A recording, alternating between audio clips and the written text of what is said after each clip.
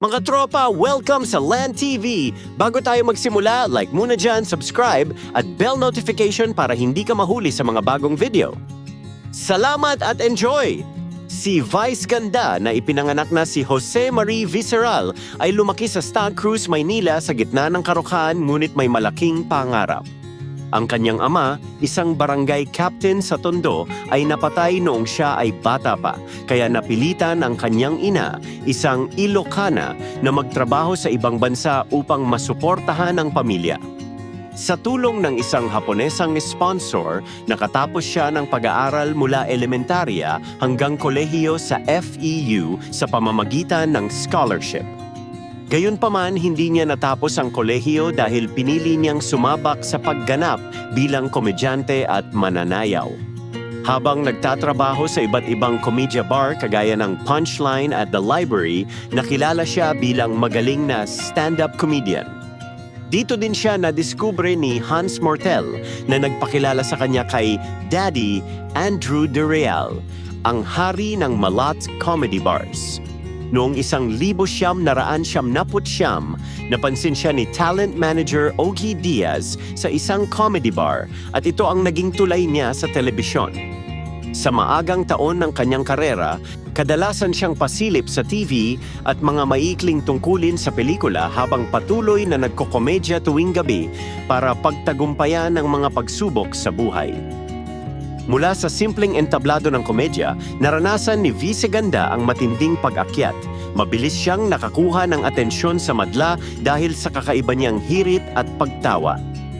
Noong Oktubre 2009, sinubok siya sa isang malaking break nang kunin siyang hurado sa bagong palabas na It's Showtime ng ABS-CBN.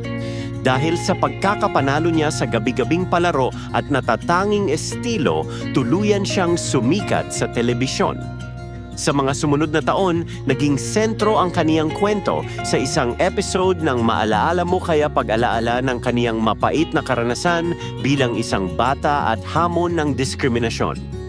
Sa kanyang pagsikat, hinahanapan ng mga tabloid at manonood ang personal niyang kwento at naging inspirasyon ang kanyang katapangan sa pagharap sa mga bully.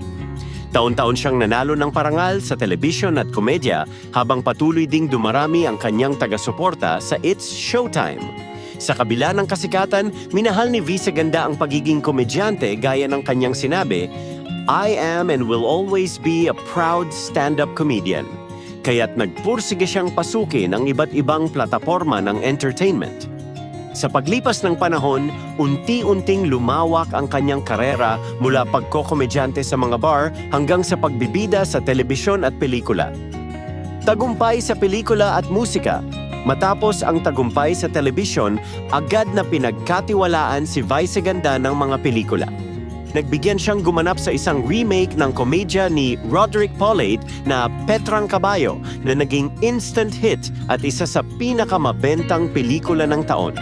Kasabay nito, nagsagawa rin siya ng unang malaking konsyerto sa Araneta Coliseum na pinamagatang May Nag-Text, Yung Totoo. Sunod na sumusunod ang mga blockbuster. Noong 2011, inilabas ang Pray Babe Benjamin kasama si Derek Ramsey, ang kauna-unahang lokal na pelikulang lumampas sa 300 milyong piso na kita sa takilya. Pagkabukas ng 2012, pangunahing bida siya sa MMFF entry na Sisteracas kasama sina Chris Aquino at Ai de las Alas. Tinagurian itong pinakamataasang kinita noong 2012 at pangatlo sa lahat ng oras sa buong Pilipinas noon. Patuloy ang serye ng tagumpay. Sumunod ang Girl, Boy, Bakla, Tomboy 2013 na nagpasindak sa takilya at nagbigay kay Vice ng parangal sa pelikula. Umabot sa rurok ang kanyang bangketa sa patuloy na mga pelikula ng Star Cinema kung saan bawat Metro Manila Film Festival entries mula 2014 hanggang 2016 tulad ng Pray Babe Benjamin sequels, Beauty and the Bestie at The Super Parental Guardians ay naging pinakamalaking kita sa taon. Bunga ng mga ito, tinanghal siyang box office royalty. At ilan sa kanyang pelikula ang may pinakamalawak na abot sa pondo sa industriyang Pinoy. Bilang mga awit, gumawa din si Vice ng mga album sa Star Music at paulit-ulit na nagpa-konsyerto sa malaking entablado. Ang tagumpay niya sa pelikula at musika ay nagpapatunay na ang talento niyang nakaw-kwentong komedya ay patok hindi lang sa telebisyon kundi pati sa sinehan at entablado. Sa kabuuan ng dekada, siya ay naging tinaguriang phenomenal superstar sa takilya na nag-iwan ng marka sa kultura ng aliwan sa Pilipinas. Hindi lang showbiz ang pinagtuunan ni Vice Ganda ng pansin.